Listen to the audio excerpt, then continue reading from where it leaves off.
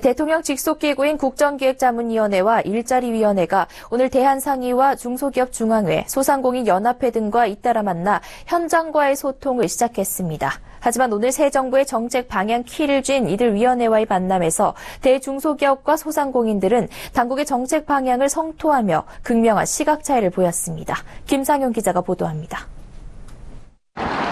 오늘 오전 서울 창성동에 위치한 정부 청사별관.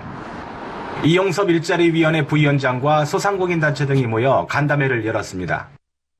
대통령 직속의 일자리위원회가 첫 현장 소통 행보로 소상공인과 자영업자 단체의 목소리를 듣기 위해서입니다. 하지만 회의 분위기는 냉랭했습니다.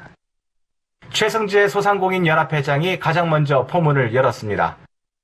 최 회장은 이 자리에서 소상공인과 노동자들이 함께 윤택한 삶을 추구하겠다는 방향성에는 동의한다면서도 소상공인들에게 임금을 지불할 능력이 충분하다면 마다할 이유는 없지만 우리에게도 시간적 여유가 필요한 부분이 있다고 정부의 일방적인 정책에 불만을 드러냈습니다.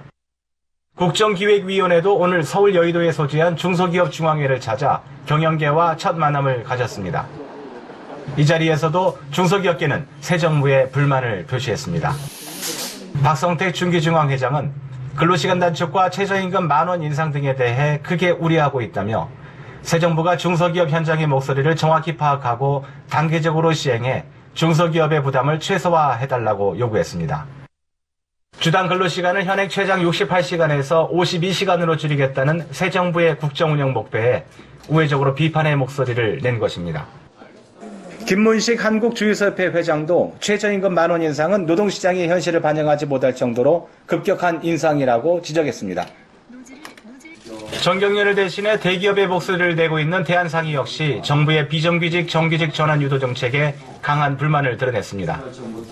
박용만 대한상의 회장은 오늘 간담회에서 큰 그림으로 보면 너무 이르다는 생각이 든다면서 구체적으로 무슨 일이 어떻게 될 것인가는 서로 이야기를 좀 하면서 현실적으로 실현 가능한 방안을 찾아가는 과정이 꼭 필요하다고 지적했습니다. 박 회장이 구체적으로 특정 정책을 지목하지는 않았지만 재계에서는 정부의 비정규직 과다 고용 대기업에 대한 고용부담금 부과 검토 등 비정규직 정책에 대해 우회적으로 불만을 표출한 것으로 해석하고 있습니다. 새 정부가 비정규직의 정규직 전환과 최저임금 시간당 10,000원 인상, 노동시간 단축 등을 주요 국정과제로 추진하고 있는 상황에서 대기업과 중소기업, 소상공인이 모두 반발하고 있어 타협점 모색 과정에서 난항이 불가피할 것으로 전망됩니다. 서울경제TV 김상용입니다.